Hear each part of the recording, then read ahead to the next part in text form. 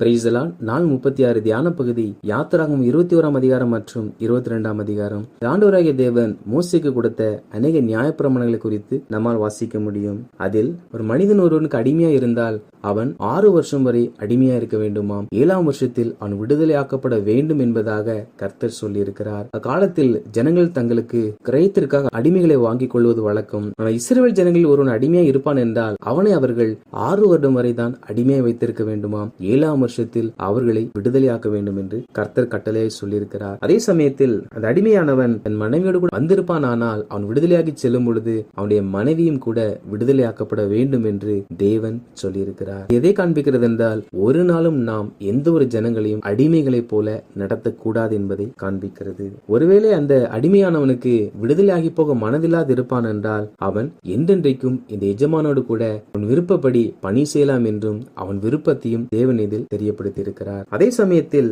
ஒருவன் தன் பெண் பிள்ளையை வேலைக்காரியாக விற்று போட்டால் அவள் விடுதலையாகி போக அவளுக்கு அதிகாரம் இல்லையாம். ஆண் என்பவன் எப்படி என்றாலும் தப்பித்துக் கொள்ளுவான், ஆனால் பெண் என்பவளுக்கு பாதுகாப்பு இல்லாதபடியினால் அவள் விற்கப்பட்ட அந்த எஜமானின் கீழ் அவள் இருக்க வேண்டுமாம். எஜமான் அவளை வழிவிட்டு அனுப்ப நினைத்தால் அவளை விடுதலையாக்கலாமாம். அதே சமயத்தில் அந்த எஜமானுடைய மகன் வேலைக்காரியை பாலியல் வன்கொடுமை செய்வான் என்றால் எஜமான் இவளை தனக்கு மருமகளாக ஏற்றுக்கொள்ள வேண்டுமாம். ஏற்றுக்கொண்ட பிற்பாடு இவளை வேலைக்காரி போல் நடத்தாமல் தன் குமாரத்திகளை போல நடத்த வேண்டுமாம். மேலும் தேவனாய கர்த்தர் என்னென்ன தவறுகள் செய்தால் அவர்கள் கொலை செய்யப்பட வேண்டும் என்ற தண்டனை குறித்து சொல்லியிருக்கிறார். யாரெல்லாம் கொலைக்கு பாத்திரவான்கள் என்றால் ஒரு மனிதன் பிறனை சாகும்படி அடிப்பான் என்றால் அவன் நிச்சயமாய் கொலை செய்யப்பட வேண்டுமாம். ஒருவன் பதிவிருந்து கொள்ளாமல் யதார்த்தமாக வருகிற சண்டையில் கொல்லப்படுவான் என்றால் அப்படிப்பட்டவன் கொலை செய்யப்பட கூடாதாம். ஒருவன் பிறகு விரோதமாய் சதி செய்தவனை கொன்று போட்டால் அவன் நிச்சயமாய் கொல்லப்பட வேண்டுமாம். தன் தகப்பனையும் தன் தாயையும் அடிக்கிறவன் கொலை செய்யப்பட வேண்டுமாம். ஒருவன் ஒரு மனிதனை திருடி விற்று போட்டால் அப்படி திருடும் பொழுது அவன் கண்டுபிடிக்கப்பட்டால் அவன் நிச்சயமாய் கொலை செய்யப்பட வேண்டுமாம். தன் தகப்பனையும் தன் தாயையும்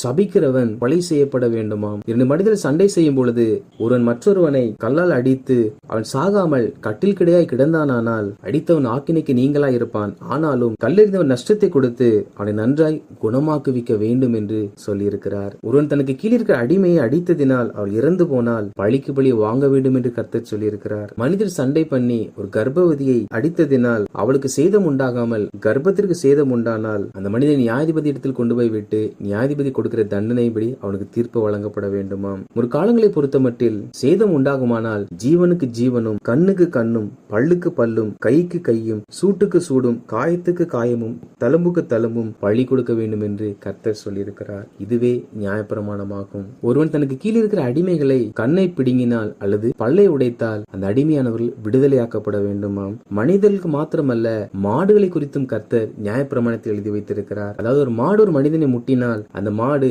கல்லெறிந்து கொல்லப்பட வேண்டுமாம். அந்த மாடு எப்பொழுதும் முட்டுகிற மாடா இருந்து அதன் எஜமான் அதை குறித்து கண்டுகொள்ளாமல் இருப்பானால் அந்த மாடையும் அந்த எஜமானையும் கூட கொலை செய்யப்பட வேண்டுமாம். ஆண்டவராகிய தேவன் நியாயமான தீர்ப்புகளை நியாயப்பிரமாணத்தில் தண்டனைகளை வழங்கி இருக்கிறார். 22ஆம் அதிகாரத்தை நாம் வாசிப்போமானால் இதிலும் கூட நியாயப்பிரமாணத்தில் சொல்லப்பட்ட அநேக வார்த்தைகளை நம்மால் பார்க்க முடியும். அதாவது ஒரு மனிதன் திருடி சிக்கிக் கொள்வானால் அவன் திருடினதற்கு 5 மடங்கு அதிகமாய் கொடுக்க வேண்டுமாம். அதே சமயத்தில் திருடி செல்லும் பொழுது அவன் கண்டுபிடிக்கப்பட்டு அவனை அடிக்கும் பொழுது அவன் சாவான் என்றால் அவன் இரத்த பலி அவன் தலையின் மேல் தான் சுமருமாம். அவன் திருடினபடியினால் அதற்காக யாரும் கொல்லப்படக்கூடாதாம். ஒருவன் பிறனுடைய வயலில் தன் மிருக ஜீவன்களை மேய விடுவானால் இவன் தன் நிலத்தில் உள்ள உச்சிதமானவைகள் எவைகளோ அவைகளை பதிலாய் கொடுக்க வேண்டுமாம். அக்கினி எழும்பி முச்செடிகள் பற்றி தானியத்தையும் விளைந்த பயிரையும் எரித்து போடும் என்றால் அந்த அக்கினி கொளுத்தப்படுவதற்கு எந்த நபர் காரணமோ அவன் அதற்காக உத்தரவாதம் பண்ணி அதற்குரிய எல்லா விளைக்கிரயங்களையும் அவன் செலுத்த வேண்டுமாம். இதை வாசிக்கும் பொழுது தேவனாகிய கர்த்தர் நியாயப்பிரமாணத்தில் மனிதர்கள் வாழ வேண்டிய எல்லா வழிமுறைகளை குறித்தும் மிகவும் தெளிவாய் எடுத்து கூறியிருக்கிறார். அது ஒவ்வொன்றிலும் எது நியாயமோ அந்த நியாயத்தின் பக்கமாக அவர் தீர்ப்பு வழங்கியிருக்கிறார். இந்த நாட்களில் நீதிபதிகள் சட்ட புத்தகத்தை வைத்துக் கொண்டு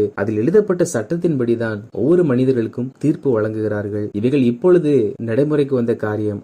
ஆண்டவராகிய தேவனோ இஸ்ரவேல் ஜனங்களுக்கு முதலாக சட்ட புஸ்தகத்தை எழுதி கொடுத்தார். அதில் கொலை முதற்கொண்டு சிறிய சிறிய பிரச்சனை வரையும் மிருகங்களினால் வரக்கூடிய பிரச்சனையும் கூட கர்த்தர் தெளிவாக எழுதி கொடுத்திருக்கிறார். மேலும் இதில் கர்த்தர் ஒரு கன்னிகையை ஒரு மோசம் போக்கி அவளுக்கு பாலியல் வன்கொடுமை செய்தால் அவன் அவளை திருமணம் செய்து கொள்ள வேண்டுமாம். அப்படி அவன் திருமணம் செய்து கொள்ள சம்மதிக்கவில்லை என்றால் அப்படி அந்த பெண்ணின் தகப்பன் அவளை அந்த மனிதனுக்கு கொடுக்க விருப்பம் இல்லை என்று சொல்வானால் அந்த பெண்ணை கற்பழித்தவன் பரிச முறைமையின்படி அவளுக்கு பணத்தை நிறுத்தி கொடுக்க வேண்டுமாம். பெண்ணின் தகப்பன் விருப்பமில்லை என்று சொன்னால் மாத்திரம்தான் அந்த கற்பழித்தவன் பணம் கொடுக்க வேண்டும். பெண்ணின் தகப்பனோ அவளை திருமணம் செய்து கொள்ள சம்மதிப்பான் என்றால் கற்பழித்தவன் அந்த பெண்ணை திருமணம் செய்து கொள்ள வேண்டும். மேலும் சூனியக்காரியை உயிரோட வைக்க வேண்டாம் என்பதாக கர்த்தர் சொல்லுகிறார். இன்னும் நம் தேசத்தில் எல்லா இடங்களிலும் மந்திரமும் சூனியமும் பெருகி இருக்கிறதை நாம் பார்க்கிறோம். ஆண்டவராகிய தேவன் மோசேயின் காலத்திலேயே நியாயப்பிரமாணத்தில் ஒன்றாக சூனியக்காரர்கள் தேசத்தில் இருக்க வேண்டாம் என்பதாக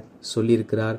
அவர்களை உயிரோட வைக்க கூடாது என்றும் எச்சரித்து சொல்லியிருக்கிறார். மேலும் கர்த்தர் மிருகத்தோட புணர்கிறவன் எவனும் கொல்லப்பட வேண்டும் என்பதாக சொல்லுகிறார். பாலியல் வன்கொடுமை செய்வதை பற்றி கர்த்தர் சொன்னதை நாம் பார்க்கிறோம். அதே கர்த்தர் மிருகத்தோடு கூட வன்புணர்வு செய்கிறவன் கொல்லப்பட வேண்டும் என்பதாக சொல்லுகிறார். மிருகத்தோடு எப்படி என்பதாக நமக்கு சிந்திக்க தோன்றலாம். இன்றும் கூட மனிதர்கள் மிருகங்களோடு கூட தங்கள் இச்சைகளை தீர்த்து கொள்ளுகிற பொல்லாதவர்களாய் இருக்கிறார்கள். கர்த்தர் வேதாகமத்தில் ஒரு காரியம் எழுதி வைத்திருப்பார் என்றால் நிச்சயமாக இப்படிப்பட்ட சம்பவங்கள் பூமியில் நடந்தேறும் என்பதே அதன் அர்த்தமாகும். அப்படினால் இப்படிப்பட்ட பொல்லாத மனிதர்கள் இன்றும் தேசத்தில் இருக்கிறார்கள் என்பதையே இது காண்பிக்கிறது. மேலும் கர்த்தர் ஒருவருக்கே ஒழிய வேறே தேவர்களுக்கு பலியிடுகிறவன் சங்கரிக்கப்பட கடவுள் என்பதாக சொல்லியிருக்கிறார். இவைகள் இஸ்ரேல் ஜனங்களுக்கு கொடுக்கப்பட்டபடியினால் இஸ்ரேல் தேசத்தில் உள்ள ஜனங்கள் யாராவது வேறு மார்க்கத்தில் உள்ள தேவர்களுக்கு பலி செலுத்தினால் அவர்கள் கொல்லப்பட வேண்டும் என்று கர்த்தர் எழுதி கொடுத்தார். நாமும் கூட தேவன் ஒருவருக்கே ஆராதனை செய்ய வேண்டும். அவரை தவிர நாம் அந்நிய தேவர்களை நாடும் பொழுது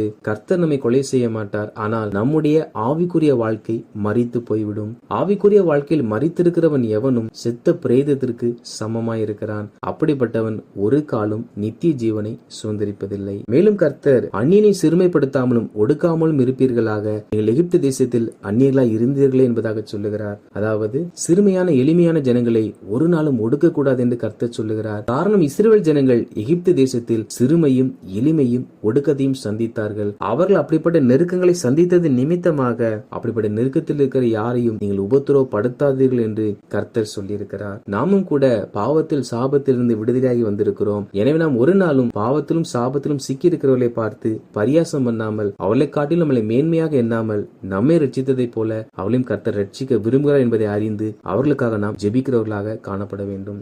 மேலும் கர்த்தர் விதவையும் திக்கற்ற பிள்ளையும் ஒடுக்காமல் இருப்பீர்களாக என்பதாக சொல்லுகிறார். அதாவது கணவனை இழந்த விதவையும் கணவனையும் பிள்ளையும் இழந்து வாழ வழி இல்லாமல் போராடி கொண்டிருக்கிற அப்படிப்பட்டவர்களையும் நாம் ஒரு நாளும் ஒடுக்க கூடாதாம். ஏனென்றால் அப்படி ஒடுக்கும் பொழுது அவர்கள் தேவனை நோக்கி முறையிடுவார்கள் என்றால் கர்த்தர் அவர்கள் முறையிடுதலை நிச்சயமாய் கேட்பாராம். கேட்டு கோபம் உண்டவராகி பட்டயத்தினால் கொலை செய்வேன் என்பதாக சொல்லுகிறார். அதாவது விதவைகளையும் திக்கற்ற பிள்ளைகளையும் நாம் ஒடுக்குவோமானால் அவர் தேவன் நோக்கி வடிகிற கண்ணீர்களுக்கு நிச்சயமாய் நாம் பதில் செலுத்த வேண்டும் என்று கர்த்தர் சொல்லுகிறார். எனவே ஒரு நாளும் நாம் திக்கற்ற பிள்ளைகளையும் விதவைகளையும் ஒடுக்காமல் அவர்களுக்கு எந்த ஒரு தீமையும் செய்யாதவர்களாக காணப்பட வேண்டும். மேலும் தேவன் நியாயாதிபதிகளை தூஷிக்காமலும் உன் ஜனத்தின் அதிபதியை சபியாமலும் இருப்பாயாக என்பதாக சொல்லுகிறார். அதாவது நியாயாதிபதிகளையும் தேசத்தின் அதிபதிகளையும் தூஷிக்கவும் சபிக்கவும் கூடாதாம். நாட்களில் ஒரு தீமை வரும் என்றால் அல்லது தீமையான திட்டங்களை கொண்டு வந்தால் தேசத்தை ஆளுகை செய்கிற அதிபதிகளை ஜனங்கள் சபிப்பதுண்டு. கர்த்தர் ஜனங்களாகிய நாம் ஒரு நாளும் நம் தேசத்தை